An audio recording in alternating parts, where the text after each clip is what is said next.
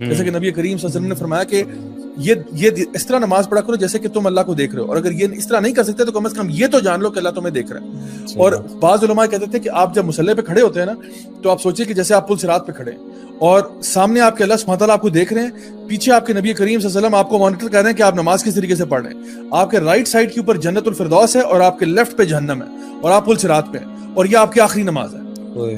اب آپ سوچیں آپ کی نماز کیسی ہوگی. اب آپ جب اس طرح, بلکہ یہ ساری چیزیں میں مائنس کر کے صرف یہی سوچ لینا کہ میری آخری نماز ہے. ہاں, اس کے بعد مجھے کبھی نماز پڑھنے کا موقع نہیں ملے گا اور میں قبر میں جاؤں گا. میں نے آج مانگنا ہے اللہ تعالیٰ سے, جو میں نے گڑ گڑا کے دعا کرنی آج کرنی ہے. تھوڑا سا نا نماز سے پہلے اپنے آپ کو مینٹلی پریپیئر کر دیا کریں, ایون اف اٹس 5 منٹس. ویسے تو جس طرح آپ نے پہلے بھی ذکر کیا تھا, آپ وضو کرنے جا رہے ہوتے ہیں نا, تو آپ وضو جب کر رہے ہوتے ہیں نا تو یہاں سے نماز سمجھے شروع ہو جاتی ہے, یعنی نماز کی پریپریشن شروع ہے. ابھی آپ نفل ذکر نہ بھی کریں, آپ وضو کر لیے تو آپ جا رہے ہیں نا, آپ نے اپنے منہ پہ پانی پھینکا, آپ کے گناہ دھل رہے ہیں, آپ نے اپنے بازوؤں کو واش کیا, گناہ آپ کے اتر رہے ہیں, یعنی آلریڈی پروسیس سٹارٹ ہے. آپ آلریڈی اللہ تعالیٰ کو ملنے جا رہے ہیں, یعنی آپ تیار ہو رہے ہیں. Basically you are preparing yourself to meet اللہ سبحانہ تعالیٰ. آپ نے اچھے کپڑے پہنے, آپ وہاں پہ گئے, آپ مصلی پہ کھڑا ہوئے, آٹومیٹکلی آپ کا مائنڈ بھی ہونا چاہیے کہ میں اللہ تعالیٰ سے اپنی اپوائنٹمنٹ کے لیے جا رہا ہوں. وضو کے بعد اگر آپ 2 رکعت پڑھنا چاہتے ہیں, الحمدللہ بہت اجر و ثواب ہے اس کا, وہ آپ پڑھ لیں. اس کے بعد آپ اگر جس طرح مسجد میں جاتے ہیں تحیۃ المسجد پڑھ لیتے ہیں. اس کے بعد آپ مینٹلی پریپیئرڈ ہیں کہ now I am going to meet اللہ سبحانہ تعالیٰ, اور میں نے اللہ تعالیٰ سے اپنی دل کی بات کہنی ہے آج. تو جب یہ سارے میکنزمز ان کو آپ فالو کریں گے نا تو آٹومیٹکلی آپ کی نماز کے اندر ایک خشوع کا فیکٹر ایڈ ہو جاتا ہے.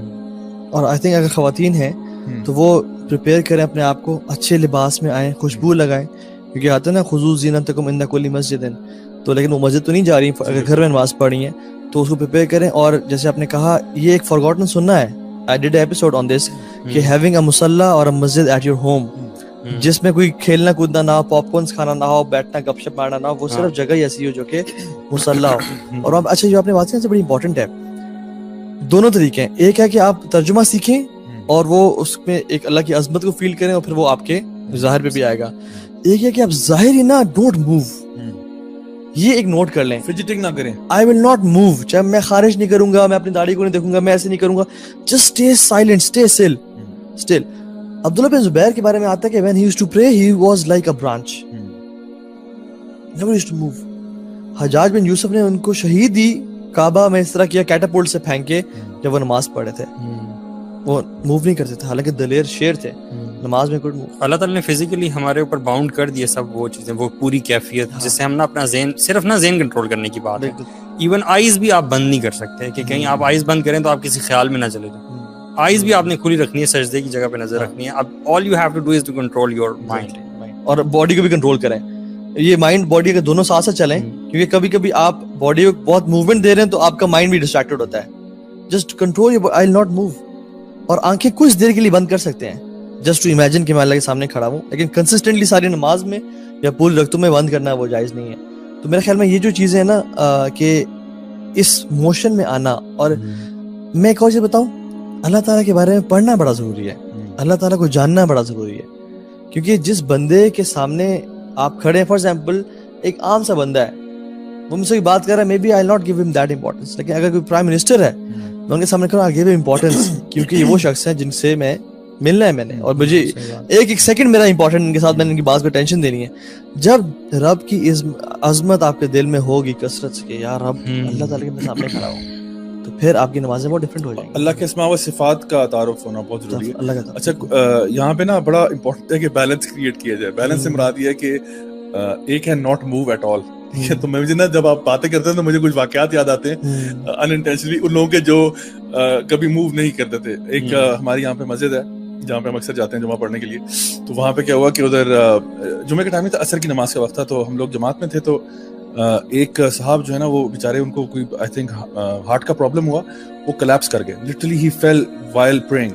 تو اب کیا ہوا کہ کچھ آس پاس لوگ تھے, وہ میرا خیال ہے وہ اس میں آ گئے کنفیوژن میں کہ we should not move. او سبحان اللہ. لیکن ایک ماشاءاللہ صحابی جو ہمارے جو ہے نا مسجد کے ساتھی ہیں, وہ جو ان کے بالکل پچھلی صف میں تھے, وہ انہوں نے ایک دم سے جا کے ان کو پکڑ لیا, ان کو تھام لیا, گرنے سے پہلے روک لیا, پکڑ لیا, اور وہ ان کو سائڈ پہ لے کے چلے گئے, اور ان کو سائڈ پہ بٹھایا, پانی پلایا, ان کو جو ہے نا وہاں پہ مسجد کا جو خادم ہوتا ہے اس کو بلا کے کہا کہ آپ اس کا خیال رکھیں, گارڈ جو تھا اس کو کہا اس کا خیال رکھیں, اور پھر انہوں نے صف کو دوبارہ جوائن کیا اور نماز کمپلیٹ کی. اور اس ٹائم تک ہم سارے اٹھ کے باہر آ گئے تھے اور سب کچھ کیا. تو مجھے اس میں آئیڈیا ہوا کہ کبھی کبھار ایسا ہوتا ہے کہ